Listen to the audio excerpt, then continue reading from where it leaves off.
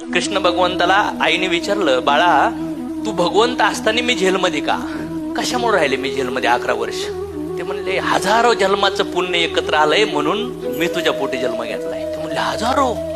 हो. मग ते हजारो जन्मात काही पाप पण झाले, त्याच्यामुळे मग आता तुम्ही कुठे येता?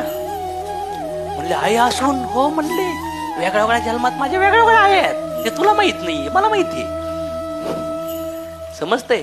म्हणले आईसाठी पण सूट नाही. म्हणले ह्या युनिव्हर्स मध्ये कोणाला सूट नाही, मला सूट नाही. मला बक्षितेसोबत जावं लागलं, वनवासामध्ये काढून दिलं राजवाड्यातून. मी सुटलो नाही तर तू कुठून सुटणार आहेस? जर मी तिथून येऊन जर हे कर्म भोगतोय तर तू तर मनुष्य आहे, तुला पण भोगावं. म्हणले मग आणखीन एक प्रश्न आहे, हे जे जन्माला येण्याच्या आधी आकाशवाणी तू केली आणि याच्यामुळं माझे 6 पोरं मारले गेले, तुझे सख्खे भाऊ मारले गेले, याला जबाबदार कोण? कंस मामा की तू? कोण जबाबदार आहे? म्हणले याला जबाबदार जे मुलं मेलेत त्यांचे कर्म. म्हणले कसे?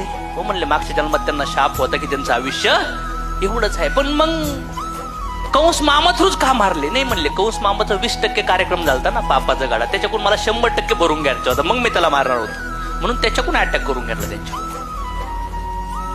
समजतंय का? तुम्हाला असं वाटतं का की अध्यात्मामध्ये मुळापासून उत्तर भेटतात? किती लोकांना वाटतं मुळापासून भेटतात, वर मोटिवेशन नाही भेटत, रूढ भेटतो. मग आईला बरं वाटलं.